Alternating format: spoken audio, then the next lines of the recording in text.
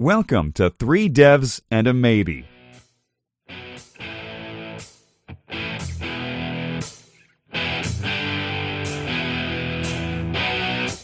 Now introducing your show hosts, Michael Budd, Fraser Hart, Lewis Caines, and Ed Mann. Hello and welcome to another episode of Three Devs and a Maybe. My name's Ed Mann, and today we're very, very, very lucky to be joined yet again by fellow co-host, Mr. M. Bizzle, as his Zencaster name will attest, Mr. Michael Budd. How you doing, Mickey? Hello. Very lucky. Interesting. I am not too bad. You are lucky. You are interesting. Yes, I like it. Yeah. Not too bad. And yourself? Oh, I'm very good, thank you, sir. Very good. We've smashed out another one of these. It's been a little bit of a bit back and forth trying to get this in the books, but we're on it now. How is your internet going, by the way? Because I know you live in the sticks, but last month or so, router just keeps flashing orange, and BT sent out a new router, and I thought that seemed to work for like a week, and then it's just been doing the same thing again. So not good, really. It just tends to be like, so me and Abby have been watching the Crown on Netflix. So it's like every time we watch it, we get to like the last 10 minutes, and then boom, just cuts out. So, no. Oh dear, that's brutal. It's really annoying. And obviously where I am, very limited 3G, and you can forget about 4G. So quicker to get a pigeon there than to get exactly that. Yeah. But, oh dear, man. Yeah. Does your neighbour? Because it's you and one neighbour, isn't it? Are they having internet problems, or do they bother having? Do they use like BT like you do? No, they're on satellite internet. So see, I'm surprised you didn't go down that route, especially when you're working from home. I did look at it, but it's not cheap. That is got you in it, and the speed isn't as good if you can get Infinity. So I mean, also I was massively surprised where we are that we could get Infinity, but we could. So you know what? It's it's not bad really. But yeah, that said, at some point I'm going to leave BT. But it's not really interesting podcast material. Now they'll know. Now they'll know. Well, it's a good job then you're working in the office, on a day-to-day basis. You don't have to worry about this. If you were working remote, freelance, then this would be a complete and utter pain. Yes. So how's work been treating you, man, for the last couple of weeks? Work has been good. Also, I've been at Viper now for like 3 months. So wow, 3 months already. Yeah, and things are starting to sink in a bit now. I feel a bit more comfortable.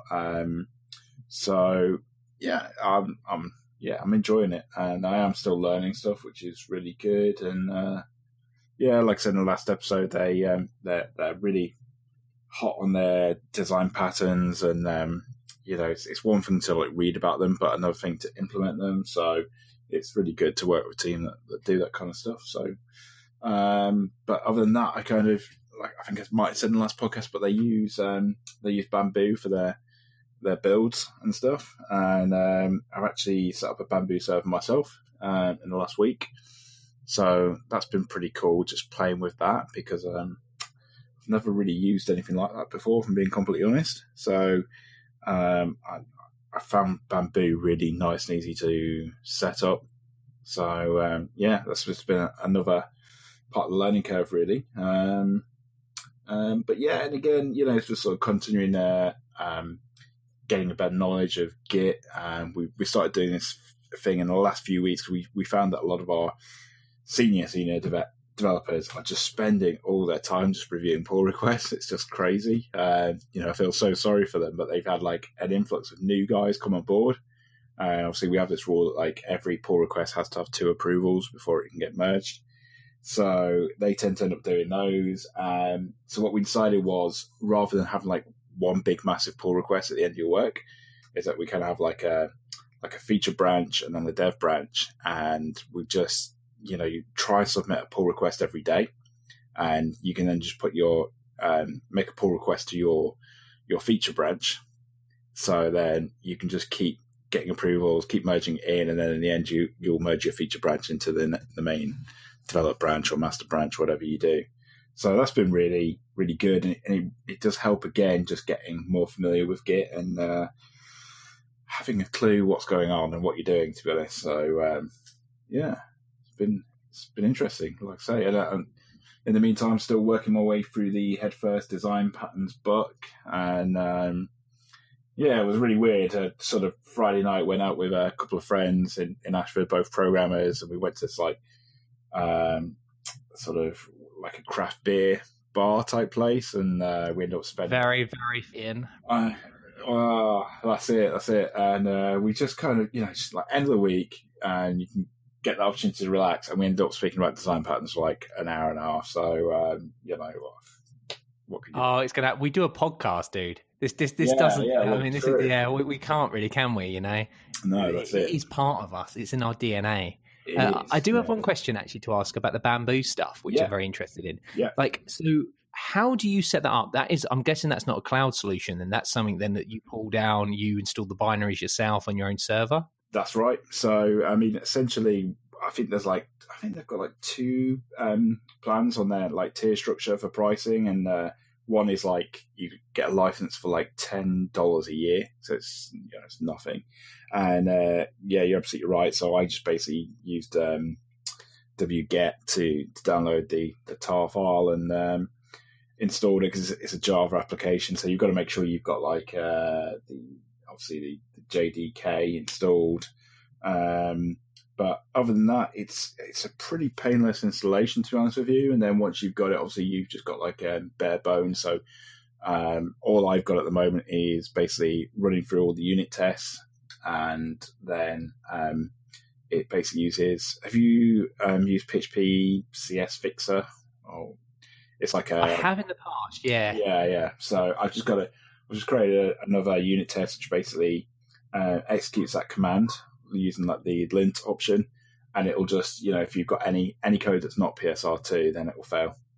So yeah, that's all I've got at the moment, but I imagine that will become bigger over time. But I guess in a sense, you don't want your build scripts to be too huge, right? Because otherwise you want growing levels of confidence. Unit tests you can run locally because they're obviously very much isolated parts, and then you get it. So when you start getting to the functional integration, things like that, they can run maybe not as frequently. Maybe when you are doing a build and stuff like that at the end.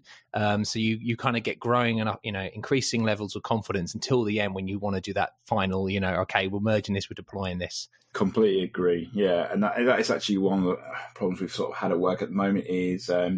Our BHAT tests that run as well as part of the Bamboo build, and they're slow. They're not. Are they functional tests then, or like do they kind of do Selenium and things of that? Yeah, they're functional, and I think to be fair that slows ours down is there's a lot of document generation.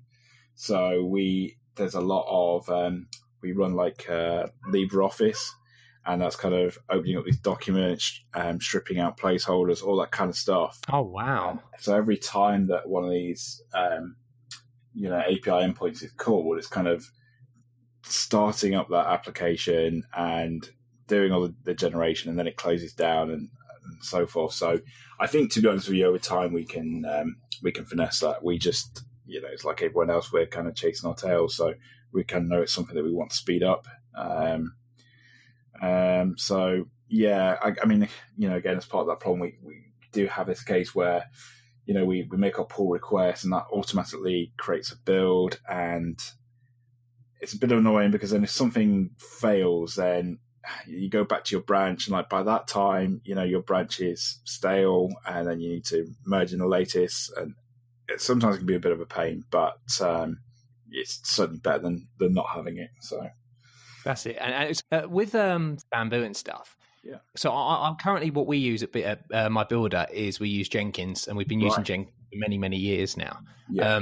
And we're slowly starting to look into alternatives. We're thinking of a different way now. Now we've moved over to AWS. There's code pipeline. There's things of that ilk kind of thing. And, maybe with Jenkins, we're able to now take advantage of like the virtual machines, be able to spin up loads of different nodes, like little different kind of worker nodes. Yeah. So, we can always scale with how many builds we need to do, etc. Yeah. How does Bamboo how do you define tasks and pipelines and things like that? Like, like you say there, you've got the linting and stuff. Like, is it defined in a certain like kind of YAML XML files, like YAML file with like Travis, like CI does? Or is it like Ant kind of things? Like, how does that work? I'm going to disappoint you. It's to be honest, it's very very GUI based. What I've been doing, to be honest with you, so you can go in and kind of define like a plan, and then as part of a plan, you can add lots of tasks. So, for example, the one task I've got in there at the moment is essentially PHP unit,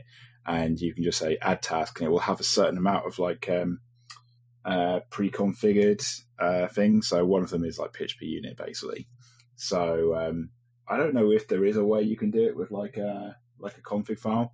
Maybe, I'm not sure, but I've just kind of dipped my toe into the water, to be honest. No, it is interesting though, because there's so many of them.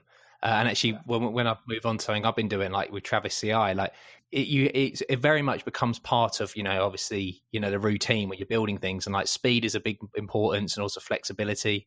So how long do you know roughly, like how long does a build take for you then? Because I'm guessing you do your builds, then they get merged in. Then is there a build to then from the actual Bamboo to the live servers, or how does that work? So at the moment, what we do is we don't do any kind of like automatic deployment if the build passes, just because we still won't have that ability where the developers get the final approval on what's going in. Continuous delivery there's a lot of merits to it, but then as you say, there's that scary bit that there's no switch that you can kind of go, right, we're going to do it now. Yeah, exactly. And I think really, the problem, I guess, with if you were to just like completely trust your builds, then in theory you could have code that's PSR2 compliant and passes all the tests, but a developer will look at it and be like, oh, it's not readable. So having a developer having the final say on that is, I suppose once it gets merged, so you had the two approvals, and then if it was merged in, and say that it's always that thing then when if there's a problem, if you find a bug in the wild in your code base, you should write a test for it then. And then it's kind of that development REPL loop. So in that case, then I suppose you could do continuous delivery, and you're saying like, okay, there may be a problem with doing these things, but there is always these gnarly cases, like, with maybe database schema changes and all that kind of stuff, which needs some manual intervention. Yeah. But this whole beautiful way. And then if there was any problems, then, you'd have to go back to the drawing board of like, okay, where was the test there and stuff? And you'd slowly kind of refine it. But I agree though, I'm aware of that as well, where it's like, yeah, we like to have those switches and that deploy. Yeah, I think so. I think you can't beat that feeling, really. So, but to answer your question, our builds, they're not as quick as obviously we'd like. I think we've essentially got like PHP unit tests, we've got dread tests, we've got spec tests, and we've got BHAT tests. And there are some very, very expensive tests in there. Yeah, but most of them are really lightning quick. It is really when it gets to BHAT that things go slow, to be honest with you. And I've kind of like moaned about them a bit at work, but people have said to me, well, what's the alternative? You do want it. We can certainly do things, I think, on the document generation, but really, if you want the full testing pyramid, then that's what you need, right? So, and I think the point, like you said, really, you could finesse it again, so you could maybe have like overnight builds, that kind of thing. So it's not so much of a problem. I suppose the thing, because the way it then is that whole pyramid, isn't it? Where, your unit tests, there's a lot of unit tests because of their speed, and it goes up to the behavioral, where it goes up to this UI tests. One thing, we had in the past actually where our builds were getting quite, getting slowly more and more. We've kind of averaged out now about eight minutes per build for the whole test suite. Yeah. And the way we got around that for some of these was to just parallelize them. So like, do a lot of parallel testing. I don't know whether you've looked into that, kind of splitting out the tests and parallelizing them. So, it's things like that don't, very much tests should be isolated, even if they're integration tests. Yeah. There's some set states. I don't know if you use like a shared database or something, but, states, there's not much, kind of as long as the test is doing and isolated in its nature, whether it be by transaction or something, if you want to, kind of play with that. It's interesting actually, if you do like kind of run them, in parallel, we got some significant improvements with that. I don't know whether that's something like, I'm sure Bamboo must be able to do stuff with that kind of. That'd be interesting to look at. I might research that in the morning, to be fair. So what testing do you do on your products? Are you allowed to answer that question? Or? Yeah, no, absolutely. So we have we follow, and quite a few of our projects have been kind of very much focused on a DDD philosophy. So we've got the packages. They all start with the domain, the core domain, which is agnostic from any symphony, any delivery, anything. It's just the core domain concepts that are for a problem. Like shortlist billing or handling credentials or something of that, where there's like some complexity in there, sufficient enough complexity that it requires its own kind of domain to be modeled. And then we have like lots of tests around that, unit tests, and they're beautiful because those type of tests, that type of environment, there's not much setup to do. It's just the code you've written, and it's very much just vanilla PHP code there. We then go into the bridge. Bridging the gap essentially between the domain and the actual delivery. So our delivery is Symfony. Typically it is just Symfony. So what we'll do there with bridging is it will essentially be implementing, say, the interfaces and things, like the kind of external dependencies require, anything that's external that needs to be, kind of handled at the integration level. And then we'll go into our actual delivery, and the delivery then will be like a small wrapper around the stuff that we've bridged and the services that are in the domain. So typically, we'll be interacting with domain services that will then be constructed based on the implemented interfaces in the bridge. And then Symfony kind of stuff, it will be very much kind of like controller stuff that will come in, and it will just pipe it straight to what the domain needs to do. Some command stuff may be a little bit more complicated, but that's kind of the philosophy we've really kind of strive for, because what that allows us to do is do a lot of the testing, a lot of the core important testing at the package level, move it into the bridge then where we can then test in isolation these points, because our persistence, in-memory persistence and things, though they all can be done in the package level. But then when it gets to the bridge, we just need to do a contract test saying, does our implementation of this repository, using, say, Propel in our case, or just flat, SQL, does it actually work with Postgres? And we can just do an easy contract test with that. Then what we'll do is go up to actually to delivery, and we can then do maybe like a full integration test at that point. If we really care, there's an important part, we may be able to do the integration test, like a certain functional integration test at the bridge level as well. But this allows us then to, and this is what we've kind of really strived for in the last couple of years, is that it allows us to have, very quick domain tests, and then it kind of goes up from there. Now, I wouldn't say we do it, like that all the time, and there's obviously cases, that it just add value to do that. Some problems aren't that domain specific and that kind of have that rich of a domain that we can then just start using controllers and stuff, and like say with like things like competitions and stuff. I wrote that all in controllers and all in Symfony and the services in Symfony and whatnot, and then there's just tests around that. So it depends on where what the problem is, but we found that, this kind of blend like that, and that really does then start, aligning with that whole pyramid, that testing pyramid that you get, where you don't need, you've got very much good confidence, and you can be running these tests in PHP Storm. PHP Storm's great for that, and you can use the debugger in PHP Storm with these tests and everything. And I had some really good times last year working on this shortlist billing stuff and really finding that so valuable, that REPL loop, and improving on the test that way. Have you used, do you use Dread at all? No, is Dread the API? Yeah. So APIs are interesting as well, actually. So we've got a split of our APIs. So we've kind of done some, I wouldn't say microservices. I'll just say they're kind of like separate domains. Yeah. So, their own kind of like bounded contexts. Yeah. They are in the same repo. So we have a essentially like kind of a big repository that then has all of the different bits in that then can be split up, and how we do deploys and stuff. So testing APIs is actually a lot easier when you've got like a very simple API or a kind of a very simple, I would say not a simple, sorry, I would say more when you've got a focused domain or something, because testing like the APIs, you can just test the endpoints and just assert their state and things coming back. And actually that's what I've been doing with the Mince Pie Challenge stuff, is you're able to do some quite nice, easy things in that case. Yeah. Obviously, these APIs and that point, they, if there's any domain logic, that will come in the package. And again, those will be tested up and brought up. And again, the API is just a delivery. So, it depends on how the complexity of it. But, at the level of that, it's just a very easy kind of unit UI test, essentially. It's just the API, responses and stuff. Do they come back as expected and whatnot?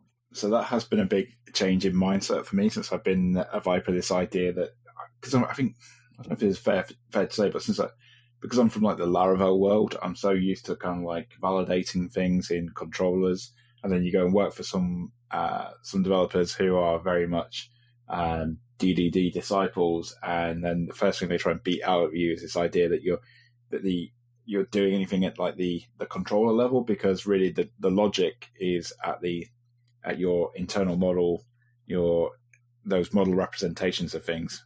Yeah. So, your user model knows whether you can create a user with no forename. That shouldn't be in the controller. That's it. And I think certain levels of validation's okay in the controller, actually, because I think stuff like, checking to make sure the input is, I would say, not strictly, like actually is okay or something, or maybe like there's no SQL injections or things like that, like typical parsing. I understand that can get wishy-washy and then start getting into the layers, but it's really is tough. But it's also the value of it. Like for me, a rich domain then warrants this package, this bridge, this kind of, this philosophy. Yeah. But when you the trouble is with DDD is that a lot of it coming in, and like when you start doing it, you try to apply it to any problem, but all problems aren't made equal. That there are problems that are better suited to it than others, and that's what Eric Evans even says. And everyone who kind of does it, and you either realize it or you hear about the fact that some domains just don't warrant it. And there's some things that say just believing it in Symfony is fine. I'm definitely not of a hard and true rule that everything has to be of a certain way, because I just know that programming doesn't work that way. Yeah, it's true. I understand like people want, and I'm like that, where I've wanted in the past, I've wanted one rule that rules them all. It's like, well, it's a single responsibility principle, the solid principles, or all these kind of things. But they're so wishy-washy in some regard. And also it's the value. For me, it's the value. So these tests and having this domain, I want to make sure this is an important part of our business. If this domain doesn't work and, is wrong, then we could have, it would, cause bad things to happen to the business. That to me is important then. Whereas say like a blog or like a simple, in our case, a competition system, there's not as much value to it. So let's just leave it up in the layer, levels. Let's add some tests around it, but they may just be UI tests. There may not be anything clever in there. It could be redesigned in a much better way, but that's not our core business value or, kind of thing that needs to be done. So it's hard to kind of say one true rule or one true way. You were saying about you've got those clearly defined domain boundaries. How does that exist? You were saying it's all in the same code base. Is that just in different bundles? Because you Symfony guys love bundles. Like, well, no, it's in separate complete. So you can think of our repository. So we've got like an API folder and then an app folder, and then we've got a package folder, a bridge folder, all top level. And then, so the APIs will live in there. So you have an API, and then you'd have whatever API we've got, and that'll be then that folder will then be a Symfony application. And then you'd have an app, and then you have marketplace and admin and whatnot, and those would be Symfony applications in themselves. Then you would have like the package, which would be then its own, like inside the package folder, you would have then a separate package like shortlist billing, and that would have its own composer.json file, and it will be its own, sole repository, own sole thing. Now, the nice about Composer now, we used to use this tool that we made called Conductor to allow us to do this, but you can just input, require things in, say, like your Symfony that's just a symlink to something you already own, is already present in that repository on your file system. So you get this separation where you've got this very much logical separation. You can't break this, and this kind of thing. But you get it in the same repository, which is a lot easier to understand, especially when you're doing, kind of lots of changes. And actually, this whole movement to microservices and things like that, it's that physical, and it's so funny because we talked to Scott Voloshin about this a lot, is that, it's this physical separation, because as developers, we're very much kind of like, oh, well, if it's there, I can use it, and you can look at it in code and look at namespaces even and realize they shouldn't be talking to each other. Now, I will say that, I will caveat that though, with again, it's all about value as well, because yes, bounding context and not talking and doing it right, doing TTOs and having, clear the boundaries are fine. Where it gets wishy-washy is things like stats. and queries, SQL queries. Now, we have a big database, like many people. We've separated them out into different schemas for, say, like the API, so they're their own bounded contexts.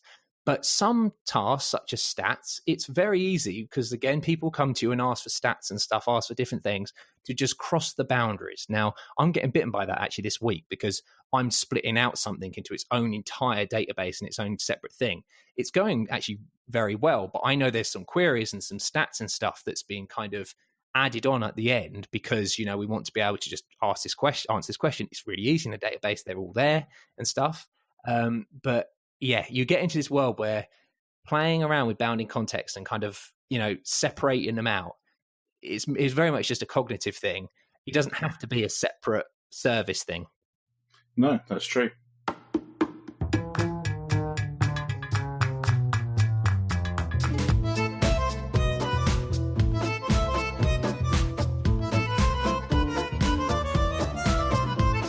So for the audience, yes, they won't have heard that, you know, like small intermission. No. But we would like to. The reason why we've called this episode "There's a Mouse Running Around the House," yep, because Mickey has just had to leave his lovely, you know, cottage. You've got a nice like outside shed, haven't you? That you've got. Yeah. It's not really a shed; it's an outhouse. It's a. Yeah. Is it an outhouse? What's the actual terminology for it? I think the building is always like a summer house, and then I've That's just it. kitted it out. They're very nice. Yeah, you're out in the summer house, you know, Yeah. and Abby, your wife, has just told you by note that, yeah, there was a mouse running around the house and you had to go and deal with the situation, which Basically, you didn't yeah. do, but the No. cats are doing a good job at making a lot of noise, I'm sure. The cats are going crazy trying to find their mouse, yeah. Especially while we've got one Norwegian cat, and he's a formidable hunter. Like, I hate it. I hate seeing him catch mice. No, and stuff. I don't like that. But he, you know, clearly that's what he does, and he does it very well. And as soon as like he sees a mouse, he's got no chance. Like, he's so fast, man. so fast. It's incredible. But that is the reason why then. That is the interlude. Called... I had a note saying, "Help, big mouse in the house." Big mouse in the house. You know, there's lots of ways we can go with this title, but obviously you'll be able to see this when you're listening to it, what one we actually went for. Exactly. Yeah. So sorry about that. Sorry. No, that's fine, man. It's absolutely fine. So yeah, so, you know, kind of what big projects then you got going on at the moment then? Have you got anything interesting in the pipeline or you're currently working on? So at the moment we're at work, we're kind of like just, we had something that sort of, not went live, but basically we met one of our deadlines and that sort of went to UAT, and then we've had maybe like 15 or so tickets come back from a result from that, which is pretty good. And so we're kind of cleaning all that up, and then we're hopefully starting on another product basically. So exciting, greenfield. Yeah.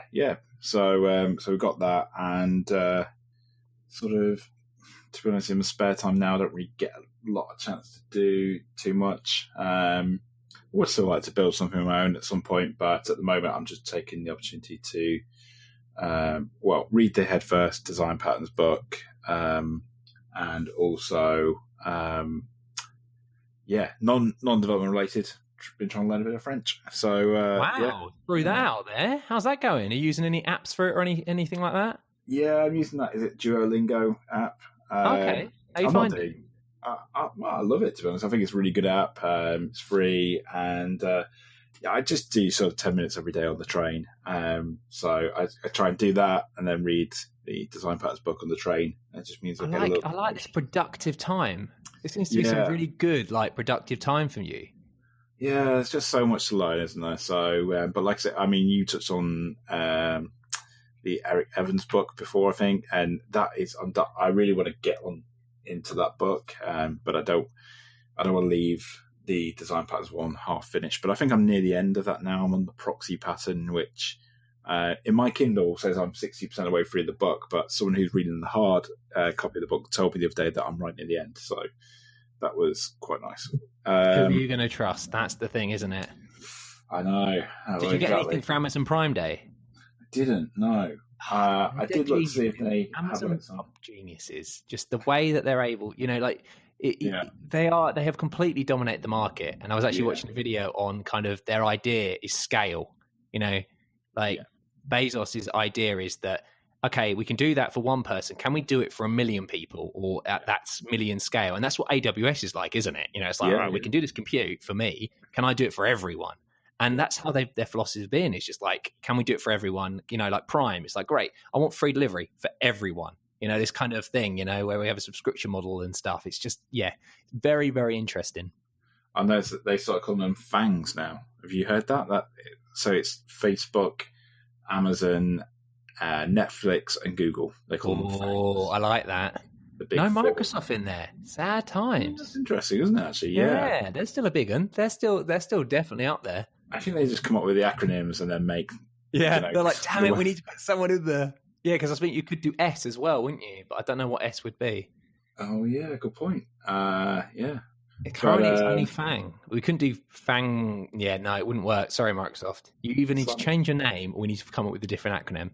Yeah, exactly. It's like, these driven development acronyms. Like you come up with the letters first, and then you make a you shoehorn a word in that remotely describes what you're meaning. I like it. Yeah, exactly. We need to come up with one. As well, the Solid Principles was one of the best, I think, acronyms, to be honest. The way that it was able to be laid out and stuff. And obviously, it's a very cool acronym to be. It's stood the test of time, hasn't it? Really. Well, they're solid. That's solid. Exactly it. They're solid principles. Absolutely. So how about you, anyway? What exciting projects? What have I been? Well, I actually have got a list of things as I do. But there's a couple of bits. So a couple of blog posts that I've released the last couple of weeks.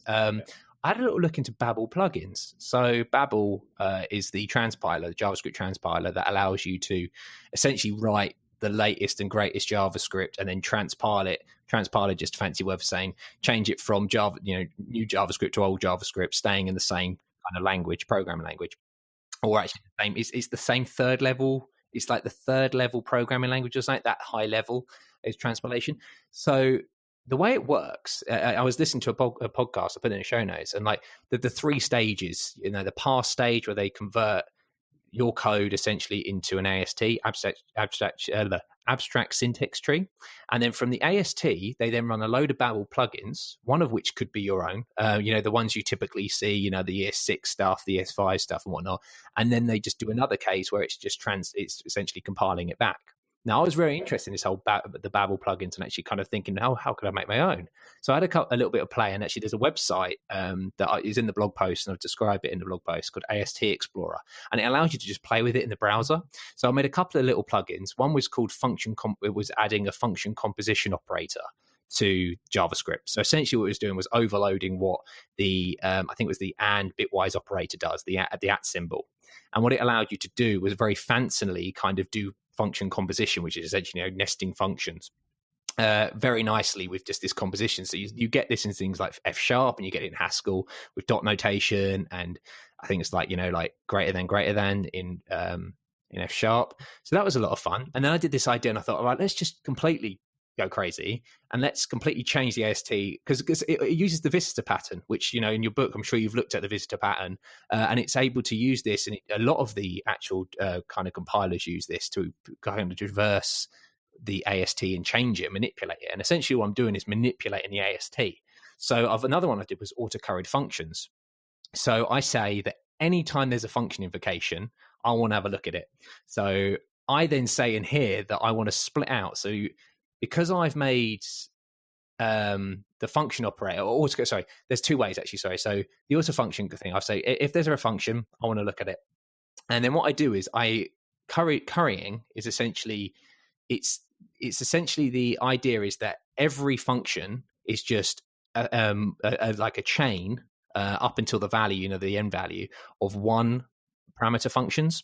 So this is, you can think of say a function with 2, say add has A and B, and then you could have that saying in curried form, you could do A and then you get a function back which is partially applied with whatever value A was, and then B. So you could say you can use this, and the value of currying and a value of partial application is to be able to build new functions with very minimal work and overhead. Because say the add function, I could make an inc function very easily out of that, or a dec function very easily, where I could just partially apply, say, 1 to it. And now inc is just, a new function where it's partially applied with 1. So anyway, so long story in there is the autocarried function. So the idea was that every function that was available, I would then break it up, all of the parameters, into single parameter functions. And it worked very well, and it was very fun, actually. And I've got a blog post that I'll put in the show notes kind of discussing these two little plugins, and they're very easy, and it's very powerful. I definitely wouldn't say to use it in your day job, but definitely to understand kind of how like programming languages and how they work. It's a very high level way of kind of looking at it, especially in like the Babel world, but it's so powerful, and it's definitely influential in how JavaScript, moves and stuff. So I definitely check that out. The other one is carrying on with the Mince Pie Challenge stuff. So I said in the last podcast, and I've completed it. What I'm trying to do is every week release a new article on this kind of journey I'm on with it. And the last one was about Jest, so testing with Jest, the test runner Jest, and also then building up a kind of a delivery pipeline with Travis CI. So it was quite fun, actually. So I was looking into, again, like, this testing pyramid, kind of thinking, okay, where are the domain concepts, like splitting out the domain logic from the delivery mechanism, not having to worry, like test and go through the whole Lambda kind of thing. And, this whole kind of loop, going from the outside in. I was looking at, okay, how can I break this up into domain logic and then have a delivery mechanism and kind of essentially, use Jest to test the domain logic on its own. So I discussed that in the blog post, and then I also then go into test it, like how I would then add that into with Flow testing, like types, the types that I've got also with Travis CI. And Travis CI is really cool because it also provides you free if it's a public repository. They do private ones as well. It provides you with Docker support, so you can actually just run Docker containers. So now, because everything's Dockerized in this kind of work that I'm doing, I'm able to easily just spin up my Docker instance, know exactly what's going to be done, and run the tests and get the answers back. So there's like very minimal kind of setup that's different. In fact, there's no setup that's different from me running on the Travis CI build to running on my machine, which is just, amazing. With the next thing I'm currently looking at into it is now serverless offline and local DynamoDB. So one of the gotchas, and I'm sure you've seen it with serverless, is that it's all online. Like everything has to be run. So even if you're in dev stage, you're running it, you're pushing it to AWS, you're seeing how it works. Or you can run it semi-locally with serverless. There's a plugin for serverless called Serverless Offline that essentially allows you to provide you with kind of a very like kind of simple bare bones API gateway Lambda interface, which allows you to essentially run it locally. And I'm getting good results out of that, actually playing around with it. And also there's a DynamoDB. So the DynamoDB database, the NoSQL database that AWS provides, there's a local instance with Docker that you can use. So I'm going through that at the moment, kind of playing around with that idea of being able to run it locally offline, then in dev, which would be kind of within AWS world, and then obviously you can put it into production, so you can then see those different stages and playing around with serverless. I also Dockerized GitHub. This was another fun thing. So my builder blog and everything. So we use Jekyll for it and everything like that. Also for my local one, for my own personal one, I use that as well. And again, it's this whole thing of, I used to use a gem, which then had the GitHub pages on. I just now Dockerized it. Like, why do I have it on my machine? The beauty is get it all off the machine into a Docker image, super easy, can be committed, and then people can pull it down and do what they need with it. And it's so great. I mean, the amount of images are out there already. I mean, I just pulled one from GitHub and I just used Docker Compose to be able to join the bits in together that I wanted. So that was a lot of fun. And then there's finally another two things. So another thing I did was I played with Go. There was a problem that we had that when I was talking to Alex Bilby, he mentioned with Go and using it for command line applications. And we had this problem that he actually mentioned, which was, I think it was very similar, where he wanted to allow people in through their security groups in AWS world, essentially whitelisting development IP addresses. And what I wanted to do was make a very small command line application using the AWS SDK for Go that allowed people to essentially run this script, provide the MFA for their AWS account or whatnot, be locked down that they could only access certain security groups and update certain security groups, and be able to update their own IP addresses, which would save me a hell of a lot of time when messing around with dev. So I played around with that with Go and everything, and I love Go. Like, I can understand why people love it now. It's such a simple language and it's so cool. The binary that I was able to produce was quite big, like 8 megabytes or something, but I think it because it had a lot to do with like AWS stuff in there as well. But the fact that I can produce a binary that, is the whole artifact that's compiled down into, the code that needs to be run on that machine. I'm definitely going to be looking into it for future serverless stuff, and also kind of just small microservice-y quote stuff that I'll be playing around with in my own time. So when you say it's super easy, there must be some sort of learning curve, right? I mean, no, because if you know PHP, you'll know it. Like, there's obviously types, and that's one thing, but then that's very much in the PHP world now. And then like in Java, there's a compile step, obviously like Java and stuff, but it's not. It was made to be a simple language. Yes, you can make it more confusing by if you start adding concurrency and things like that, and it does very well with that stuff. But for the fundamentals, and actually there was a video this guy posted, and actually I picked up on his Docker video as well, and I'll post that in the show notes as well, because it was very good. 12 minutes. Here's, like the stuff you need to know about Go, getting, let's go with Go essentially, to get used to it. It makes sense, and it's a very simple language, and it's very hard. I mean, there's only a for loop, there's no while loops and stuff like that. There's no different ways of doing things. Everything kind of, revolves around some very simple ways. Then you use Go format to make it exactly, it looks exactly like the other person's code. It's very much meant to be boring looking code that looks the same. It's very samey, and that's good. For code, that's what you want. For code that you're going to be managing, it's very useful. And the way that they do dependency management and things like that is very interesting with using URL paths and things. So I'm very interested in looking more into it for sure. And the performance, that's definitely a big thing, and the size of things, and it kind of gets you down into that world, of being able to start messing around, because you'll, mess around with pointers and things, but without having to touch C++ or C. That's definitely on my list, I think. In fact, you just touched on two things that I really want to learn, Go and Docker. And I did start looking at Kotlin on the train. How did you find that? I spoke to someone saying Kotlin is kind of, like Java is pushing up on that. Yeah, that's the feeling I got when I looked at it, but I only really scratched the surface, to be honest with you. And it's almost like the hack to the PHP 5.7 thing. You need you need hack to get to PHP 7 for people to move on. It's almost like you need a whole other language for someone to go, oh no, I really want that, because that's what we were like with hack. Always PHP 5 developers were like, oh, I really want hack with all its things it can do and the speed and stuff. But you get the early adopters, obviously, who then, and like CoffeeScript, all these things. I mean, CoffeeScript again was the thing that spurned on ES6. So yeah, you need these languages.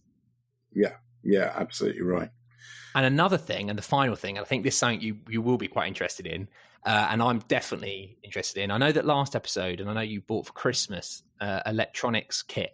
You bought was it a Raspberry Pi or an Arduino? Yeah, Raspberry Pi. So I've never been that good at electronics. I've never understood electronics at all. I've decided I'm going to try and learn as much as I can. So I've kind of gone even, kind of delving into how electronics works. And there's this guy on YouTube called Ben Eater, and he has made out of breadboards an 8-bit computer, and he goes through how to do this. Wow. And it's so cool. And so I brought myself a small little electronics breadboard kit, and I've been messing around with Logic-Gates, with transistors, learning about transistors, learning how electricity works and stuff. I've got a couple of blog posts in the pipeline for OR and NOT, NORs and NANDs. I'm now playing around with XOR. It's super interesting to see how you actually can physically make these logics, this logic, an AND or a NOT or a NOR, and NANDs and XORs even, through simple transistors and, kind of manipulating electronics, electricity in your, current in, mysterious ways. Yeah. So, like you say, so you're basically controlling the current, and depending on the strength of the current, you either get a 1 or a 0. So transistors, the way that transistors work, like an NPN transistor, is you have a base, an emitter, and a collector. And the idea being that you, in the base, you have a current going through the emitter and the base, and then, the emitter and you have a larger current going through the emitter and the collector, and then the base, you put a small amount in there, and that opens up that gate, essentially, the that actual flow. So it allows then the bigger current to go through. And you can put these into certain ways. I mean, the easy ones are actually the ors and the ands, because you can kind of think of, well, an and is just the fact that I need to double these up, or or means that, either one of these can work. It's when you start getting into the nors and the nands and a not an inverter is very interesting, because it's all about, it takes advantage of like current being lazy, and like the idea that current will kind of take the easiest path. So yeah, I've had a lot of fun, and I definitely say it's way above my head, and I'm learning it now, trying to kind of get my head around it all. But it's a lot of fun. Like, it is interesting, and like these videos are kind of, I'm just going through these videos and kind of trying to understand it. And my dream is eventually to like try and build this 8-bit computer that he has. But I think I'm definitely a long way off that. But I just would like to know more of a fundamental level where we're at, because I think we're so high level with programming, and it's great, and there's lots of problems here, but there's things underneath it. And I think going all the way down just to the current, just to the electrons, the protons, the atom itself is so interesting and like valuable. I could not for your day job, but it's fun. I could not agree more. Like, for me, I'd love to understand all that, and because I think, like what you're saying with the gates and stuff as well, you have to have like a certain amount of distance between 2 bits, or else you could get noise in the system, and you won't get that clear 1 or 0 type signal, and all this kind of stuff really fascinates me. And like you say, I got that electronic kit for Christmas, and I have not touched it because of life, and just trying to find. You are a busy man, sir. Yeah, absolutely. But it really fascinates me. I'd love to do that, and some of the stuff you can do with like a Raspberry Pi, and it's so cool, and there's so many different things you can do, isn't there? But yeah, need more time. When I retire, that's when I'll. That's it. Well, it's even around the house, like learning about like ring mains and things like that. To me, like consumer units and stuff, and how like earth leakage detectors work. I mean, all these kind of practical things are super interesting to learn about. Like, I just take it for granted. I used to, and now I'm kind of opening to a world, and my brain is completely shot with it. Like, it just doesn't get it. And I love it, because I know this feeling is just like something completely out of my depth. And it's great because, it's something new. Yeah. Well, is this a good point to wrap up the show? Yeah, I think we could wrap up the show. I think it's been another great episode, in my humble opinion. I don't like to, I know, sorry, at the end, I kind of like spewed off a load of stuff. It was funny. I actually even made a list and everything, which was quite, very structured and organized. Yeah. Did you get through the list? I did get through the list. I did. I bored you to death sufficiently, I think. But no, it's been a great episode, man. It's always good to talk to you, and I'm glad things are going well as always. And Bamboo, you need to keep me in the loop with that. It'd be interesting to see your experience kind of further on with that. As it fleshes out, I'll keep you updated. Definitely. Yeah. All right. Would you? I tell you what. How about you do the closing salutations? Okay, well, thank you everyone for listening. I've had a blast. Hope it's been enjoyable for you. This has been the Mouse in the House episode with me, Michael Budd, and Ed Mann. Stay classy. San Diego. Bye, guys. Bye. You've been listening to 3 Devs and a Maybe. You can contact us at contact@3devsandamaybe.com or follow us on Twitter at 3 Devs and a Maybe.